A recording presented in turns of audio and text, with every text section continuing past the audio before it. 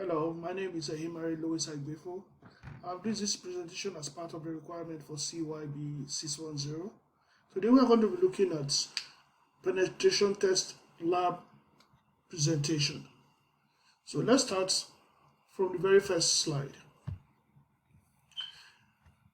Our first slide is talking about planning a penetration test, and we have been able to identify the following steps.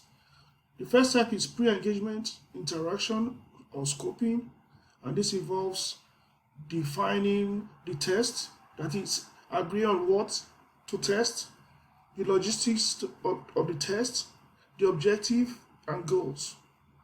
It also involves defining the scope, thus knowing the boundaries of the test, the budget, etc.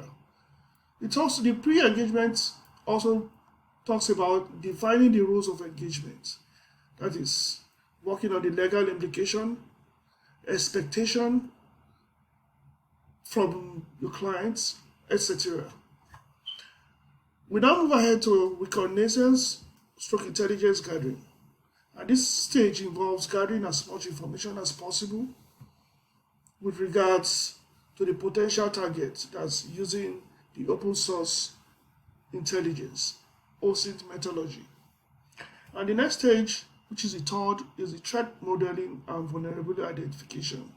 And this stage involves identifying the target and mapping the attack vectors.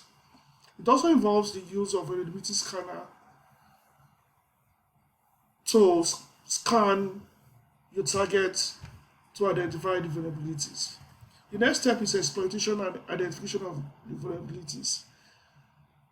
With a map of all possible vulnerabilities and the entry point, the pen tester begins to test for the exploit. This also involves remembering all exploits must be in accordance with the agreements entered with the organization. So whatever testing that you are going to do or whatever exploit you're going to do has to be in agreement with whatever it is that you have agreed with the organization contracting your services. So, and the last part of the planning a pen test is drafting a report. That's a report of the penetration test is drafted, detailing identify vulnerabilities and ways to mitigate such vulnerabilities. The next slide is telling us about the penetration test process. And looking at the process, it starts from the pre-engagement interaction to the reconnaissance, followed by the vulnerability identification to the exploitation, and finally drafting of a report. Importance of penetration tests to organizations. First, to detect and remediate vulnerabilities before an adversary exploits them, to fulfill regulatory requirements of an industry or a legal requirement to do business with another company, to ensure improved customer confidence in an organization by ensuring data protection, to keep management abreast of an organization's current security posture, how to handle a failure in a penetration test, assign resources. That is important. It is important to assign the correct internal resources according to the specific findings. For example, if the vulnerability identified it relates to a web application, then your internal web developer should be assigned to tackle the task because obviously he is a specialist with that regards. Then you have to investigate the findings. You don't have to accept all whatever your pen tester gives you, who line and sinker. You must encourage in-house teams to question the report, making sure to verify findings before acting on them.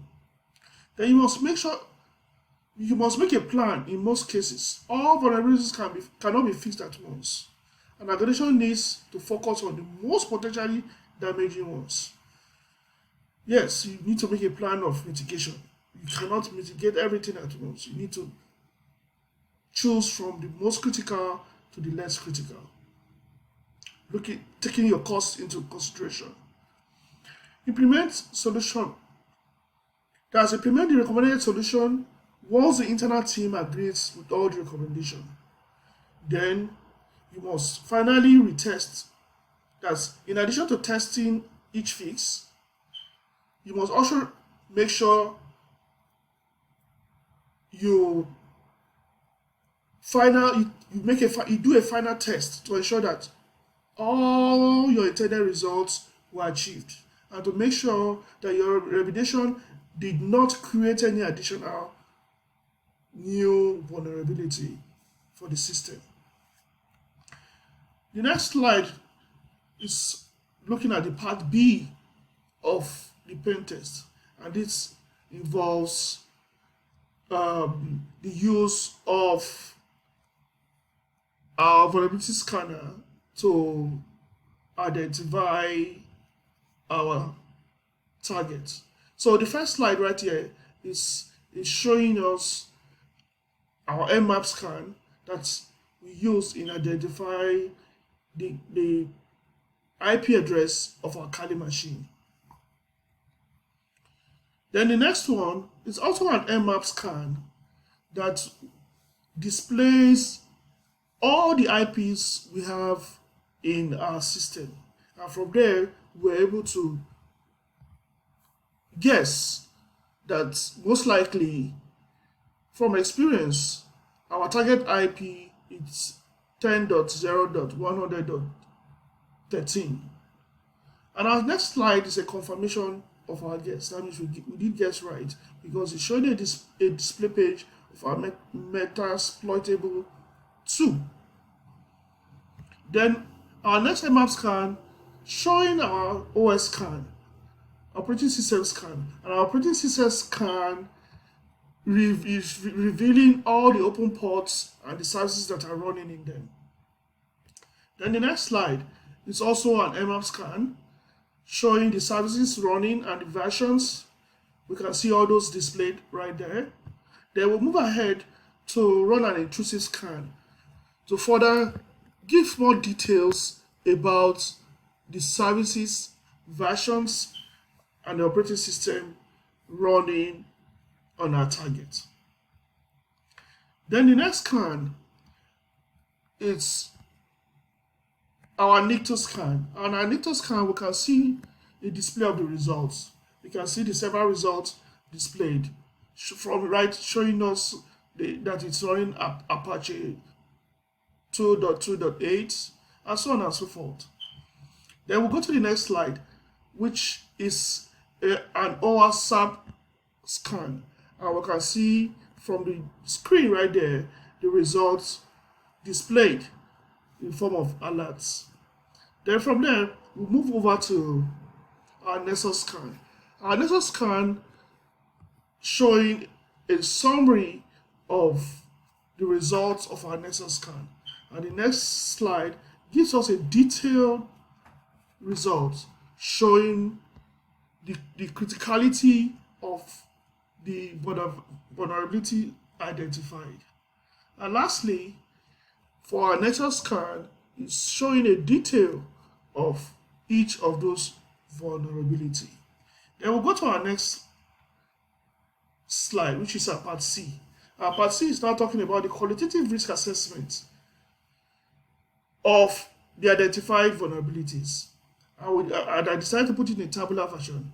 From the first one, it shows that our system is running Apache 2.2.8, Ubuntu dev/2, and the implication of this is that it's susceptible to a DOS attack, cross-site scripting, privilege escalation, CRLF injection, and remote code execution. Number 2, we also saw retrieve expired by header, and this vulnerability allows for information leak. Number 3 is the anti-clickjacking extreme header not present, and this makes it susceptible to clickjacking. While number 4 vulnerability is the XXSS protection header not defined, and this makes it possible also for cross-site scripting attack. Then the fifth vulnerability we identify is the cookie PHP SEE created without HTTP only flag. This vulnerability allows for cross-site scripting attack also. Then lastly, we also identified the fact that our operating system, the Apache 2.2.8, is outdated and is no longer supported by the manufacturer. So, and as a result of this, it also makes it prone to all the attacks we highlighted from number one. That's susceptible to DOS, cross-site scripting, privilege escalation, CRLF injection, and remote code execution. Our next slide is talking about measure to mitigate vulnerabilities.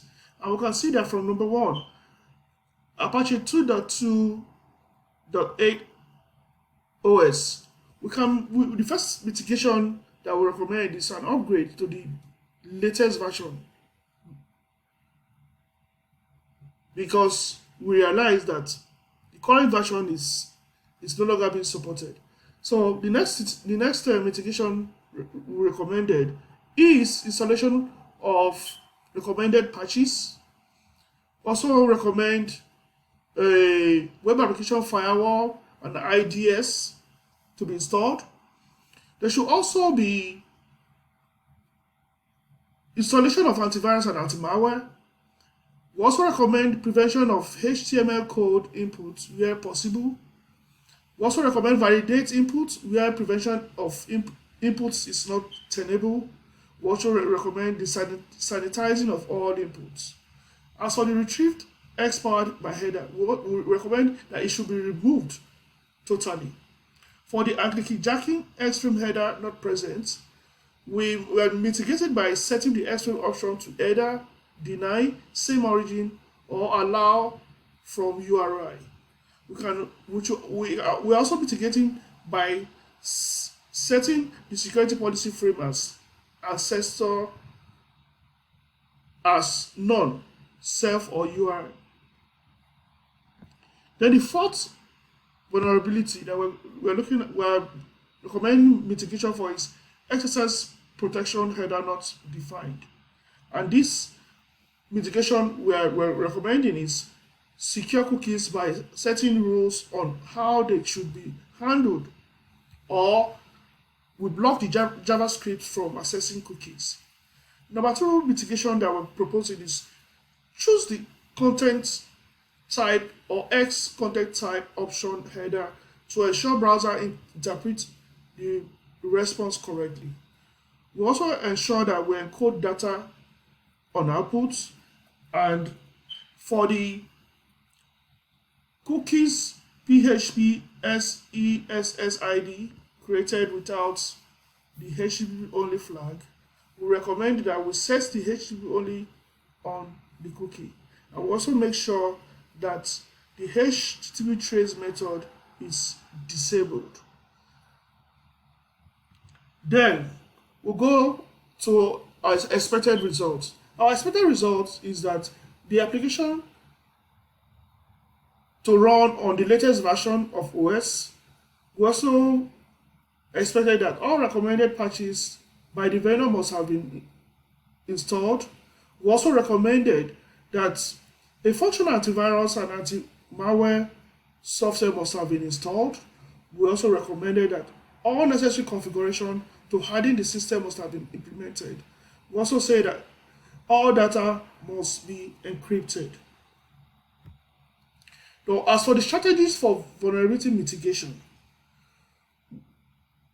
the strategies adopted for my vulnerability mitigation involves the following: identifying the vulnerabilities in the system through NictoScan, implementing required security control such as upgrading to the latest version of OS, timely escalation of updates and patches, timely installation of updates and patches, as well as implementing various system hardening techniques.